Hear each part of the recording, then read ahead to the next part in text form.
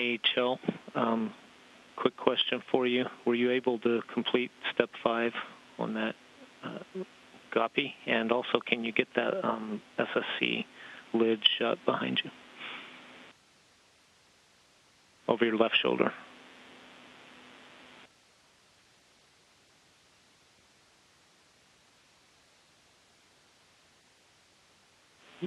Yeah, that one.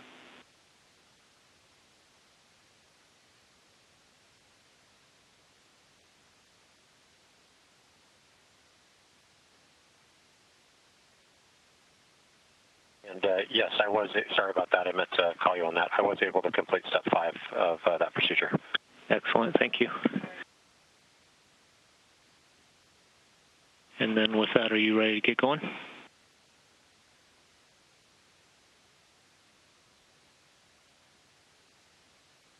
Ready to start. Station, this is Houston. Are you ready for the event?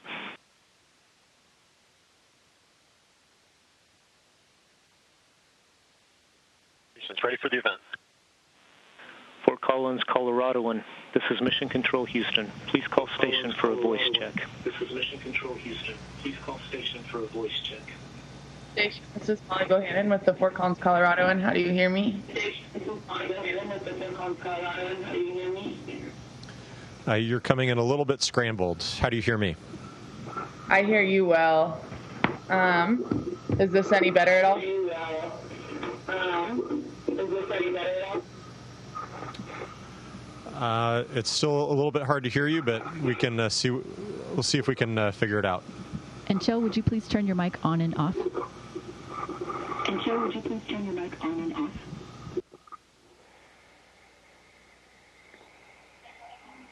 Okay, can you hear me better now?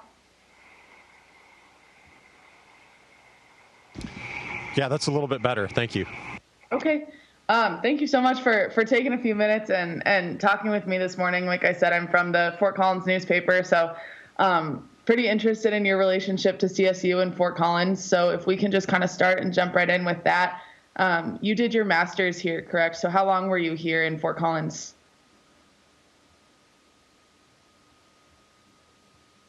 Yeah, thank you. Well, I'm super excited to be chatting with you. I well remember reading the Coloradoan and recall my time in Fort Collins very fondly. I went to Colorado State University immediately after graduating from the Air Force Academy, and I got to spend about a year and a half there in Fort Collins completing my master's degree. It was an absolutely extraordinary time, and Fort Collins is one of my favorite places in the U.S. What would you say was your favorite part of the community here, whether the Colorado State community or the greater Fort Collins community?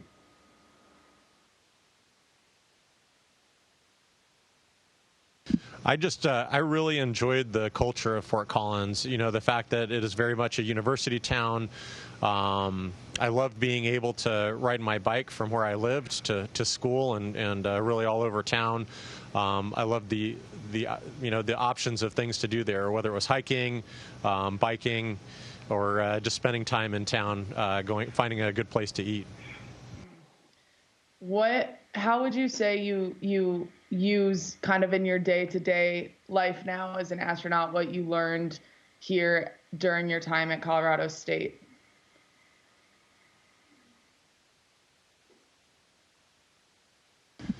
Yeah, thank you. You know, I feel like my time at CSU, my time in Fort Collins, really foundational, very fundamental to the journey that I have experienced. I really enjoyed my time at the U.S. Air Force Academy. A lot of opportunities there, but my time at Colorado State really represented an opportunity to specifically focus on something that I was very passionate about. And so I graduated from undergrad with a degree in biology, but I was really interested in cardiovascular physiology, and specifically how the heart and the cardiovascular system work in the weightless environment. And so my time at CSU allowed me to really, truly and focus on that topic. And I just had such a great time learning in that CSU environment. The faculty, the fellow students, the atmosphere there at CSU were really just phenomenal. And I'm really grateful for that opportunity and the platform that it gave me to then go on to further study medicine, to become an emergency medicine physician, and ultimately to have this opportunity to fly in space. Mm-hmm. Is there anything else you want to add about your time at CSU before I kind of move on to what you're doing now and what your day-to-day life looks like now?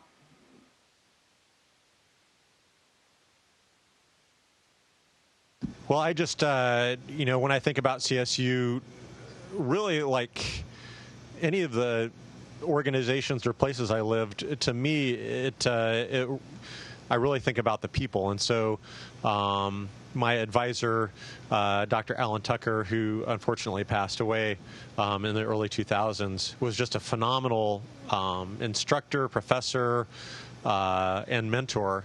And so I think about studying with him. I think about the colleagues and classmates that I had during that course of study. I got to go out to NASA Ames Research Center in Sunnyvale, California, to do my thesis research. And so I spent 3 months kind of in that San Jose area, again, studying very specifically cardiovascular physiology and weightlessness. I worked in the space physiology lab there at NASA, which was there at the time under Dr. Alan Hargens, and just all of the people that I got to interact with professionally and socially just made a real impression on me. And so I think that is a huge part of the fond memories that I have for the time that I spent at CSU and in Fort Collins.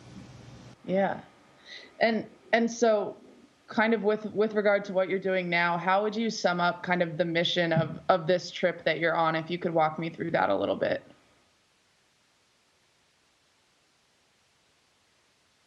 You bet. Well, it's an incredible privilege to be a part of the NASA human spaceflight team. And so our crew 4, which we have Bob Hines, who is the pilot of our vehicle, and then Jessica Watkins and Samantha Cristoforetti, who served as mission specialists. The 4 of us joined our Russian colleagues up here to form the crew of Expedition 67. And our mission is really to continue the extraordinary research and science that has been conducted here on the space station for almost 20 years, for over 20 years. And that is to really leverage this incredible environment where a huge force that we experience on the Earth, gravity, is essentially absent. And so we get to study fundamental physics, combustion, fluid dynamics, and the effects that weightlessness and spaceflight have on the human body. And so we continue those studies. Last time I was here, I flew in 2015. Some of my favorite projects included capillary beverage, seeing how fluids flow in space and how you can use geometry and materials to transfer fluids without electricity or a pump. Another project was veggie, where we got to grow romaine lettuce in a veggie enclosure. And some of those projects continue. So up here now, I have the opportunity to work on a project called X-Roots. And so it's a variation of this veggie experiment.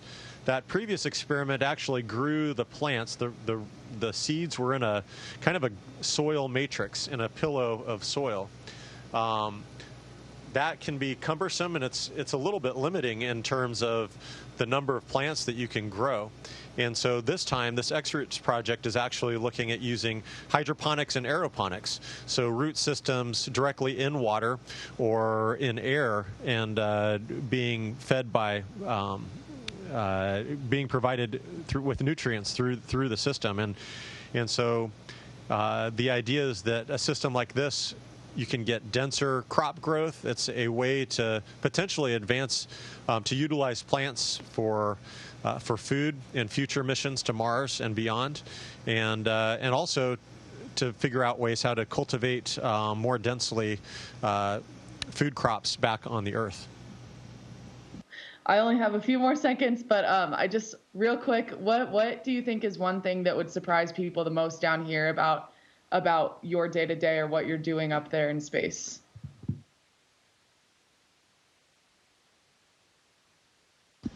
You know, it's amazing to be up here, the opportunity to float and the opportunity to see the Earth from this vantage point, to be a part of a team that's doing things that is bigger than any one individual.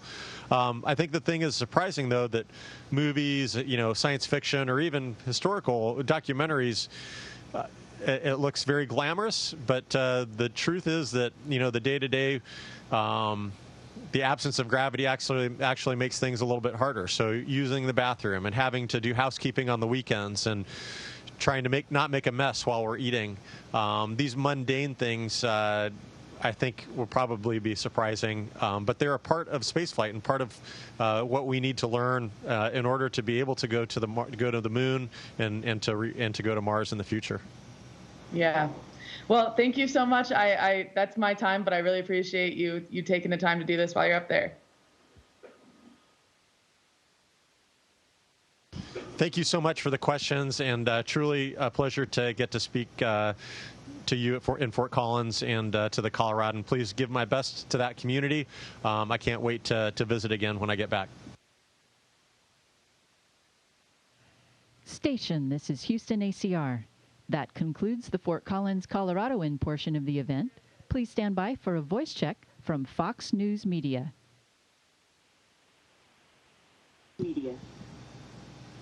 Station, I'm Susan Lee with Fox News Media. Do you hear me? I'm Susan Lee with Fox News Media. Do you hear me? I hear you loud and clear. How do you hear me? Astronaut Kjell, thank you so much for joining us. It is such a pleasure to have you with us today. So I'll just start off with asking about your views and, you know, hopes and dreams for Asian Americans. Kjell, so what do you say to Asian American kids who are looking at you right now at the International Space Station, and they say, how do I become an astronaut one day just like you? Yeah, well, thank you for that question, and such a pleasure to have this opportunity to talk with you. It is an amazing privilege to be a part of this team.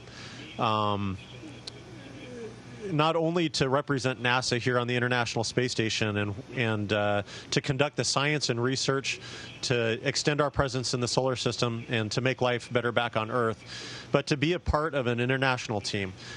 We have Samantha Cristoforetti, who's an Italian astronaut on Crew 4, and we're part of a larger Expedition 67 partnered with 3 Russian cosmonauts. And I think, when you look across the international partnership, we have the European Space Agency, Canada, Japan, Russia, and the U.S. with NASA. It is a real representation of what we are able to accomplish when we all work together for peaceful means. This is an amazing place to live and work, and so I hope that that kids that are looking at the astronauts working here right now recognize that you can set a goal and you can work towards it.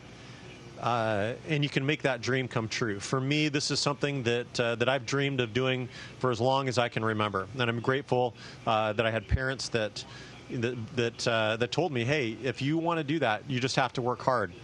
And of course, it requires a little bit of luck as well. But I am immensely grateful for the mentors and all of the people, teachers, coaches, classmates that have invested in me along the way to help me to achieve this dream. And so for the kids that are watching, I would say dream big, set your goals, tell your parents, tell your friends on what your goal is, share that goal, and then work hard to achieve that goal. Now, not only are you an astronaut, you're a medical doctor, a jump master in the Air Force. Did you feel that you had to live up to high standards growing up with an Asian parent?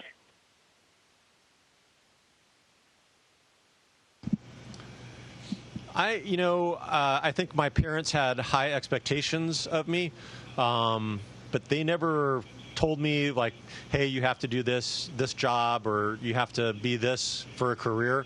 Again, I remember talking to my mom specifically, and her saying, look, whatever it is that you want to achieve, whatever it is that you want to be, you just have to work hard and work towards that goal. And they supported me, through each of those stages. When I was in the Air Force, when I was going to medical school, I very much appreciate their support and their just the positive atmosphere that they created for my sister and I to pursue our dreams.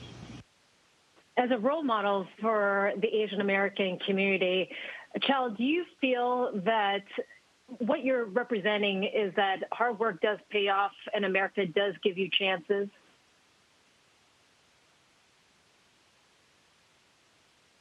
Yeah, I know that every circumstance is different, and that there are so many people out there that are encountering obstacles and challenges along the way.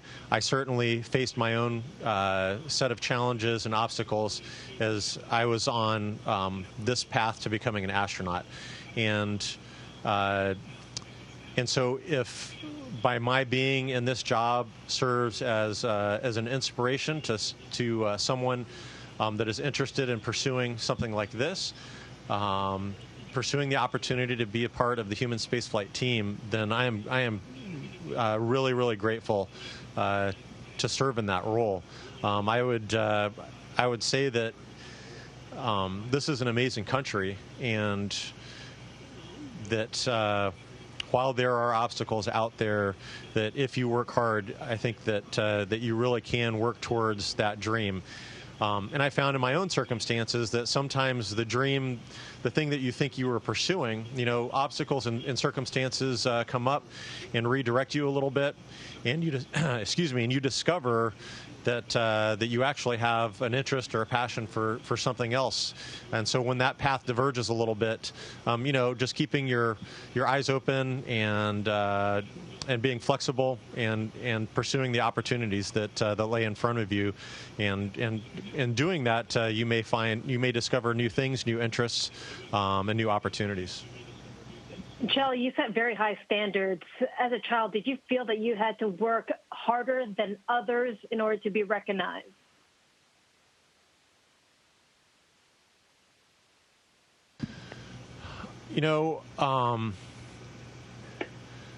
I don't know that I ever felt like I was necessarily competing against others. I think that I had high standards for myself and and my parents had high expectations of me. I'm grateful for the amazing teachers and coaches that I had along the way. I really went to school largely in the Department of Defense system.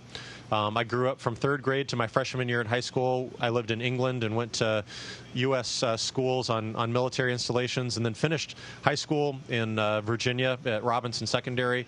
And so I'm grateful for the caliber of teacher and the amazing mentorship that I received along that path. And I really feel like those folks invested in me and helped me to achieve what I believed I was capable of.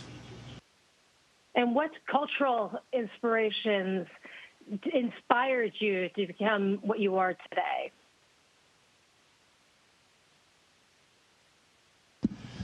I think part of it was growing up in a military family, being surrounded by airplanes and pilots and kind of this operational tempo. Part of it was my interest in science fiction and both movies and books.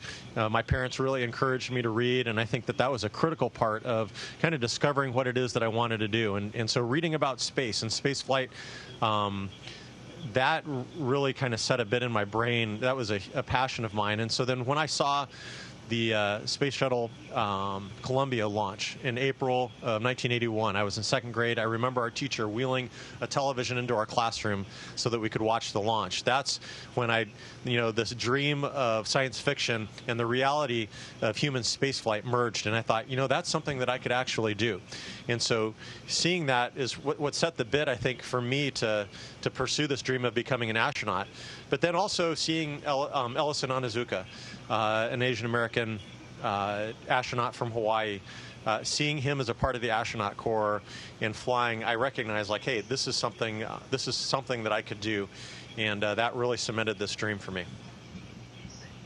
And what about the future? Since you are in a future industry, Kjell, what advice and what message do you have for the Asian American community to pursue their dreams, to have a voice in the future of not only America, but the future of the universe? Yeah, I would say that we live in an absolutely amazing country. I mean, it has its challenges, and as individuals, we each face obstacles, but the opportunities are there, and so to have this opportunity to dream about becoming an astronaut, and then actually to follow a path that led to the fulfillment of that dream, to have this opportunity to live and work in low Earth orbit. I hope that is I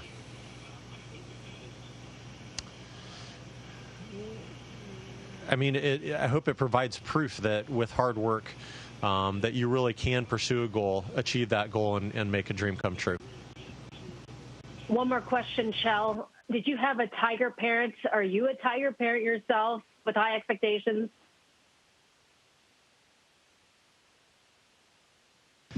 I don't think my mom was certainly very interested in how I was doing in school. I don't know that I would really call her a tiger parent, though. And I don't think that my wife and I are tiger parents. We're very interested. I have a daughter that's going to Texas A&M. She's finishing up her sophomore year, and I have sons that are currently in 8th grade, and they're junior year in high school. And we are just passionate about them figuring out what it is that they're passionate about and what they're interested in, and just really trying to help in whatever way we can to help them achieve their own goals. We certainly recognize that they have a high potential and are interested in them achieving that potential, but really want them to set their own path for their own dreams. Kjell, thank you so much. Keep inspiring. Thank you so much for your time today, and thank you for the great questions. It was awesome to get to chat with you. Station, this is Houston ACR. Thank you. That concludes our event. And thank you all participants from the Fort Collins, Coloradoan and Fox News Media station. We are now resuming operational comm.